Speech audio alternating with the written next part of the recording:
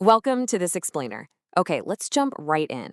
We are exploring a completely crucial pivot today that absolutely every first time business owner has to face at some point. Look, if you've been tinkering with a new business idea, you've probably defined your customer, figured out the exact problem you want to solve, and maybe you've even priced your offer. You're feeling ready to build. But wait, before you go any further, we're drawing on some incredible insights from Jonathan Reed's book, Start a Business from Zero. Build skills, change behavior, create stability. And we're going to look at exactly why you must test market interest before you build anything else. I really want you to ask yourself this question right now. Be honest. Are you falling into the most costly beginner trap out there?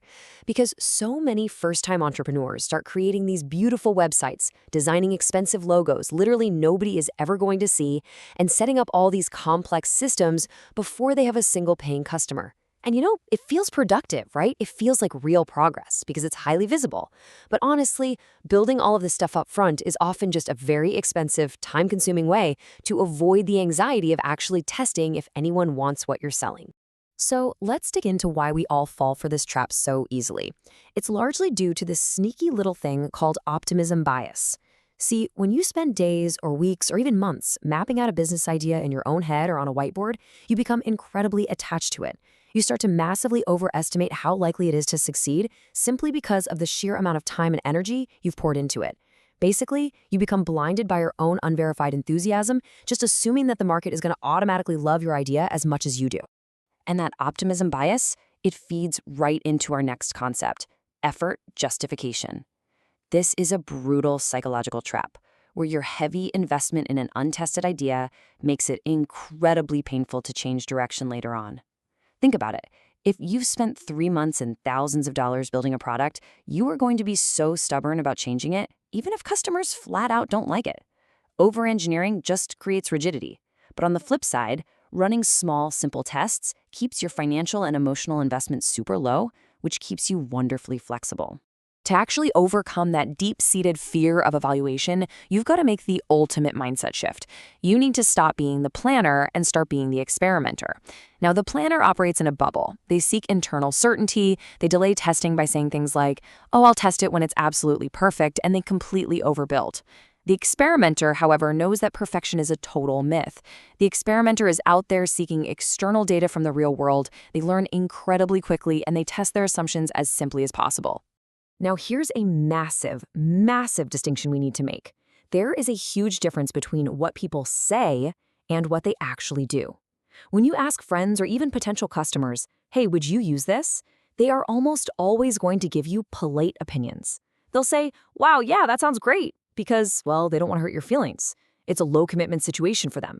But listen, verbal encouragement is just noise. Real validation only ever comes from actual behavior. You have to ask yourself, did they click the link? Did they reply to the email? Did they actually pull out their credit card? Behavior is the only true signal. I absolutely love this metaphor from the source material, so let's just let this sink in for a second. Think of your idea as the room behind a door. The test is the handle. You are not asking people if they like the room, you are seeing if they are willing to turn the handle. This is so powerful. You don't need to build the entire room. You don't need the fully stocked website, the automated email sequences, the finished product, just to see if there's interest. You literally only need to build the handle. Which leads us to probably the most practical question of this entire explainer. How exactly do you build just the handle?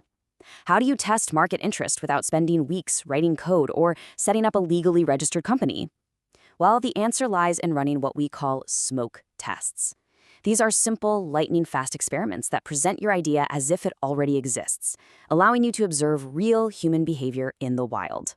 So here are 3 incredibly simple smoke test formats that literally any beginner can use today without needing a fully built product.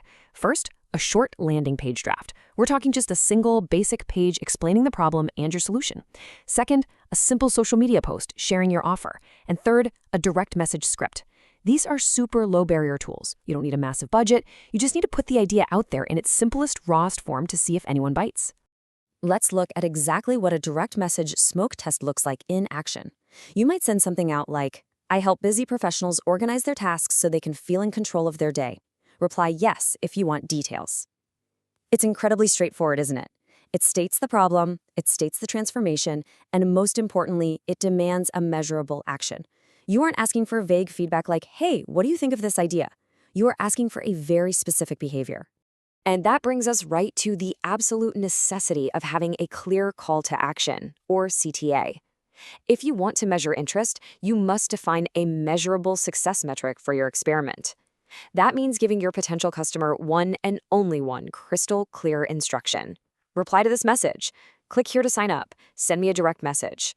If you don't actually ask them to take a specific action, you won't be able to separate the actual behavioral signals from all that polite background noise we talked about earlier. Okay, I want to challenge you with this number, 72. I want you to use the power of speed to your advantage here.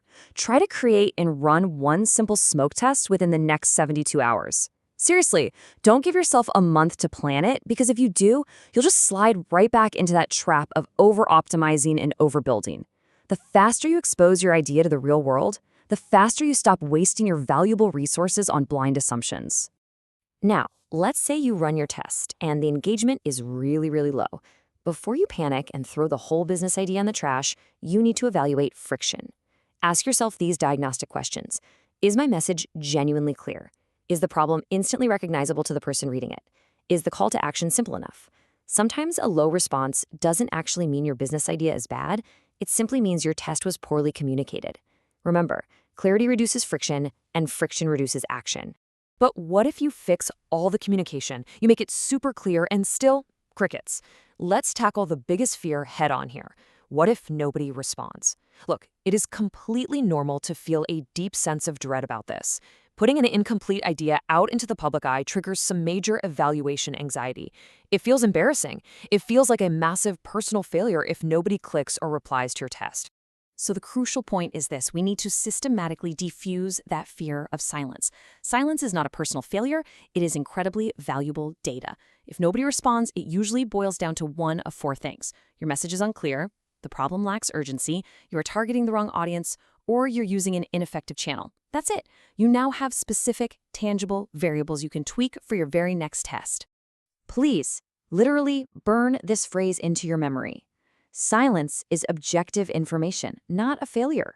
You need to totally reframe your entire concept of testing. It is not a scary final judgment of your worth as an entrepreneur. It's just a curious, detached scientific experiment. Imagine you're just a scientist observing data in a lab. If a chemical reaction doesn't happen, the scientist doesn't start crying, they just adjust the formula and try again. Because every single time you do this, something pretty magical is happening beneath the surface. You're building your entrepreneurial muscles. On the surface, you probably thought you were just practicing writing a social media post or drafting a direct message. But underneath, what you were actually learning was how to run a low-risk behavioral experiment. You are building the essential habit of shifting your mindset from the anxious, oh no, will this work, to the curious, what happens when I try this? To make this a totally normal, low-stress habit in your daily workflow, run through this small win checklist. Ask yourself, did you create a simple test? Did you define a clear action? Did you share it with real people? Did you observe the responses? And did you gather real behavioral signals? If you can check these off, you are doing the actual, real work of building a business from zero rather than just daydreaming about one. We've covered a ton of ground today, but if you take away absolutely nothing else from this explainer, let it be this final provocative thought. Don't build more, test whether it matters first. So what's it going to be?